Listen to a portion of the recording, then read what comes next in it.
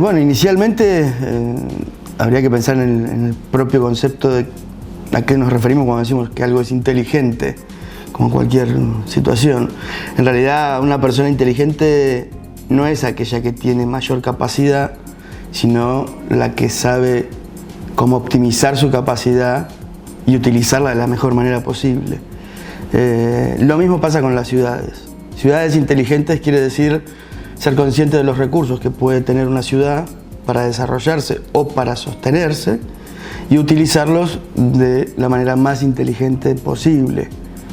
Y dentro de eso yo equipararía que una manera inteligente es cuidando el ecosistema, tratando de que no solo la ciudad sea la que sobreviva, sino todo el contexto de la ciudad también. Y cuando abordamos este problema de las ciudades inteligentes, no solo tenemos que pensar en tecnologías o en infraestructura, sino también en el factor humano. Primero habría que definir que no existen ciudades inteligentes sin ciudadanos inteligentes, sin habitantes inteligentes.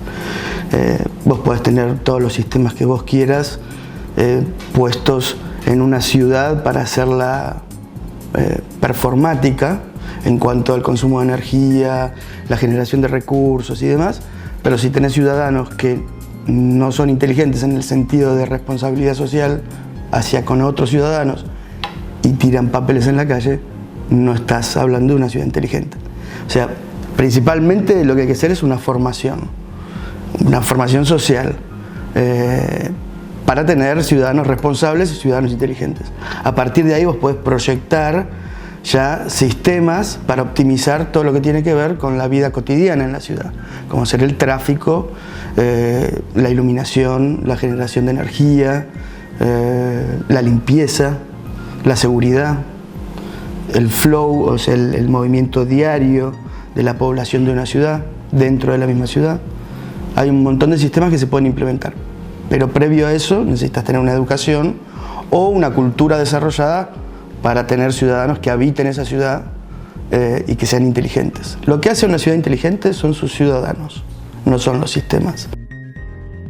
Y más allá de lo que cada uno como ciudadano debe afrontar cuando piensa en cómo se comporta dentro de la ciudad, qué mecanismos utilizamos en las ciudades en las que vivimos, también hay que pensar en infraestructuras en el contexto actual. ¿Cuáles son las principales infraestructuras que tenemos que seguir de cerca? La tecnología más importante a desarrollar es la cabeza y la responsabilidad.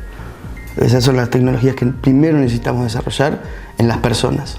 Sin eso, los sistemas son buenísimos, pero no van a funcionar. Tampoco es llevarlo al extremo. Podés ir pensando las dos cosas en paralelo, pero la implementación de una de esas dos columnas en solitario no va a llevar a por lo menos a un resultado exitoso del 100%. Y yo creo que el actual contexto es un contexto que está cambiando rápidamente. Estamos viviendo en una post-revolución digital. Ya la revolución industrial no va más, la revolución digital ya pasó y ahora estamos en una post-era digital.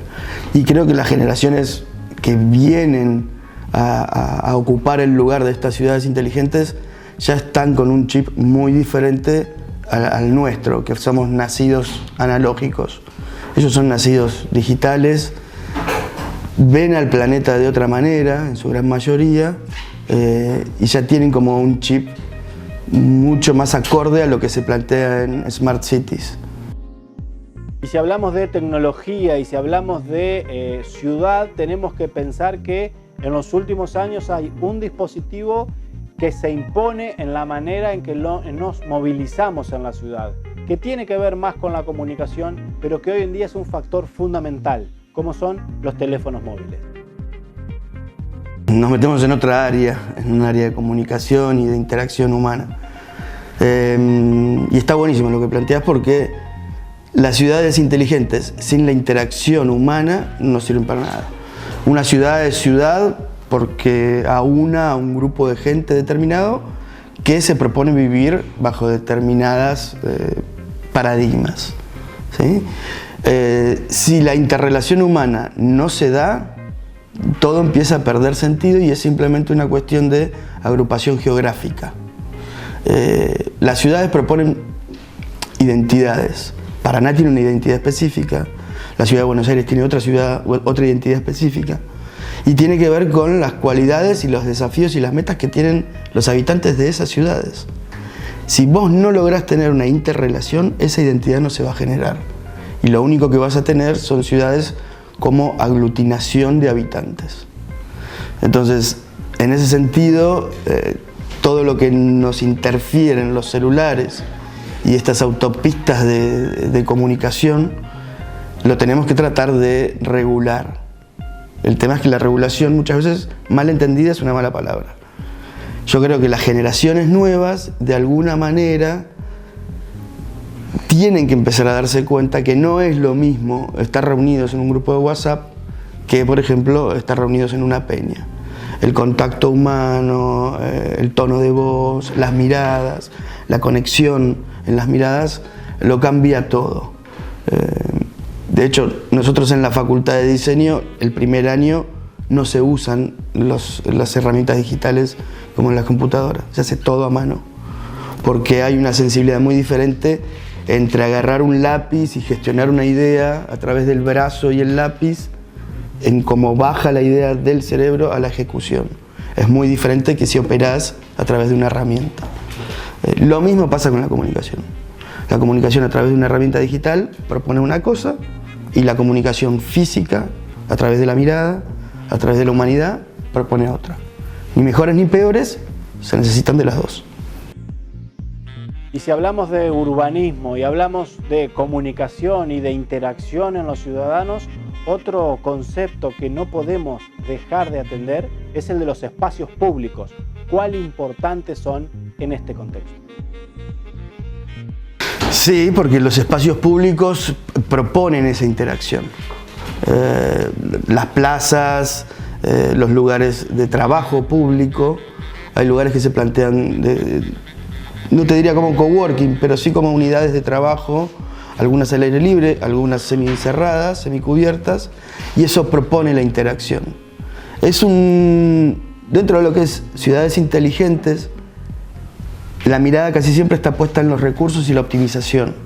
Y hay un planteamiento nuevo que tiene que ver con la interrelación de los habitantes y de generar esa identidad y ese sentido de pertenencia, para que el concepto de ciudades inteligentes no pase a ser un concepto frío, no pase solamente por una ciudad que optimiza sus recursos para lograr el mayor rédito o la mayor viabilidad de la ciudad, sino también generar una identidad y una calidez en la calidad de vida. Y otra de las cuestiones a la hora de pensar en abordar conceptos como ciudades inteligentes, que a veces parecen términos de moda o algo futuristas cuando se plantean el hecho de hablar de las Smart Cities. Bueno, a veces cuesta en este contexto de carencias de las ciudades que vemos, de la falta de infraestructura, de la falta de planificación que vemos a diarios en las gestiones de las ciudades. Ejemplos sobran, pero a veces hablar de estas cosas cuesta mucho en este contexto económico y político. Mientras yo vea gente tirando papeles en la calle, y siempre remarco eso porque es una cosa básica. Si vos tirás un papel en la calle, no es que no estás pensando en la ciudad, no estás pensando en la persona que viene caminando atrás, no estás pensando en la persona que puso un cesto, no estás pensando en la persona que se va a inundar cuando se tapen las alcantarillas, no estás pensando en el prójimo. Si no pensás en el prójimo, no hay ciudad posible. Entonces, es como en tu casa. Vos no vas y dejás la heladera abierta porque no te importa si se va a pudrir la comida para tus hijos. No, vos estás pendiente de eso. ¿Por qué? Porque la gente que tenés en tu casa la querés y la cuidás. Lo mismo debería suceder con una ciudad. Por más que sean prójimos, que no sean familias directas, tenés que tener el cuidado por el que sigue, por el que viene. Entonces, para poder lograr esto, que hoy no tenemos infraestructura, que las calles están llenas de baches, que las cloacas son un desastre porque están hechas para otra cantidad habitacional y demás, necesitamos reclamar a los dirigentes que se ocupan de administrar ese tipo de recursos y soluciones. Y para poder reclamar, primero tenemos que estar muy conscientes de ser ciudadanos responsables, de no tirar papeles y un montón de otras cosas. Pero sí, el problema de la infraestructura inicialmente tiene que ver con un mal uso de los recursos. Recursos hay, muchas veces se utilizan mal. La falla en el planeamiento de las cosas es fundamental. Si yo voy a reparar una calle y a la semana después voy a reparar una cloaca, he perdido todo lo que hice y todo lo que invertí en la reparación de la calle. Entonces, a nivel planeamiento es fundamental tener una logística muy bien hecha y un programa de planeamiento muy bien hecho, interrelacionado. Obras sanitarias tienen que estar conectados con vialidad, tienen que estar con ENERSA, todos tienen que estar interconectados en un plan general. Porque si no te va a pasar que arreglas una cloaca o arreglas una calle, a la semana rompen para arreglar la cloaca, a la otra semana tapan para el bache y nunca vas a tener la calle bien. Nunca. Lo mismo pasa con la electricidad, con los servicios que tienen que llegar a otros barrios, etcétera, etcétera. O sea, optimizar los recursos. Argentina yo creo que está en una situación que más recursos no va a tener a nivel económico, porque está muy complicada. No es que no tiene recursos, tiene los que tiene y no puede pedir más. Entonces lo que tiene que hacer es ser muy inteligente en cómo los usa. Y eso, en los dirigentes que tenemos, yo no lo veo muy reflejado. No digo que sea por corrupción, sino que digo que es porque no están optimizando el uso de esos recursos.